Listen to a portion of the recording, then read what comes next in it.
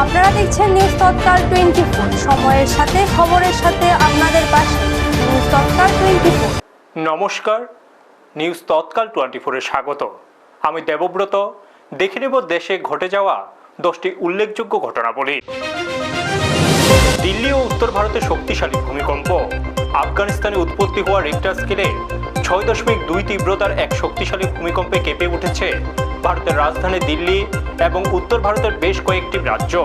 মৃদু আতঙ্ক ছড়ালেও বড় কোনো ক্ষয়ক্ষতির খবর এখনো পাওয়া যায়নি। বাংলাদেশের নাগরিকদের জন্য ভারতের পর্যটন ভিসা চালু। দীর্ঘদিন বন্ধ থাকার পর ভারতের পক্ষ থেকে বাংলাদেশের নাগরিকদের জন্য পুনরায় পর্যটন ভিসা দেওয়ার প্রক্রিয়া চালু করা হয়েছে। এর ফলে দুই দেশের মধ্যেকার যাতায়াত এবং পর্যটন খাত আবারও গতিশীল হবে বলে আশা করা হচ্ছে। মুম্বাইয়ে বড়সড় নাশকতার ছক বানচাল। মুম্বাইয়ের একটি শোভাযাত্রায় প্রায় 15,000 মানুষকে বিষ প্রয়োগের হত্যার একটি ভয়াবহ ছক বানচাল করেছে ভারতের নিরাপত্তা সংস্থাগুলো। তল্লাশি চালিয়ে ইঁদুরের বিষ ভর্তি প্রায় 1400টি ক্যাপসুল উদ্ধার করা হয়েছে এবং ঘটনার তদন্ত চলছে। অযোধ্যার রাম মন্দিরে চুরির ঘটনায় গ্রেপ্তার।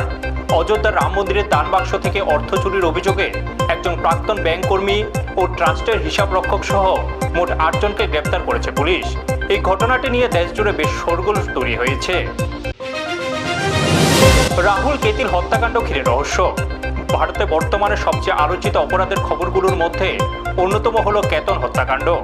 ঘটনার তদন্তে পুলিশ মূল অভিযুক্ত শিয়াকে নিয়ে লোহাগড় দুর্গে গিয়ে ক্রাইম সিনের পুনর্নির্মাণ করেছে।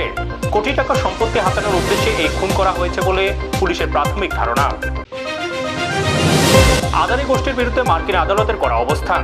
শিল্পপতি গৌতম আদানির বিরুদ্ধে ওঠা ঘুষের মামলা এখনই প্রত্যাহারের সিদ্ধান্ত নেয়নি আমেরিকার ফেডারেল আদালত, বরং এই বিষয়ে বর্তমান ট্রাম্প সরকারের কাছ থেকে বিস্তারিত ব্যাখ্যা চেয়েছেন মার্কিন আদালত। 3 রাজ্যে একই ধাঁচের ইউনিফর্ম সিভিল কোড।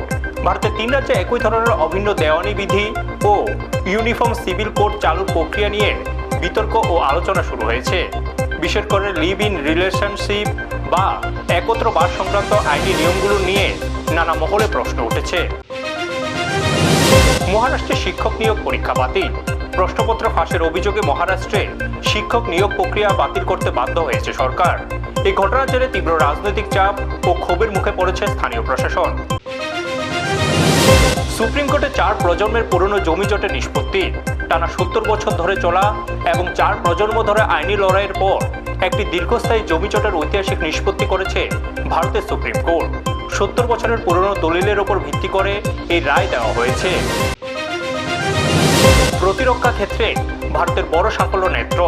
আকাশে পাকিস্তান এবং চীনের আকাশ সীমা ও ড্রোন নজরদারি মোকাবিলা করতে সম্পূর্ণ দেশীয় প্রযুক্তিতে তৈরি নেত্র ব্যবহারের সিদ্ধান্ত নিয়েছে DRDO, যা ভারতের সামরিক শক্তিকে আরো মজবুত করবে।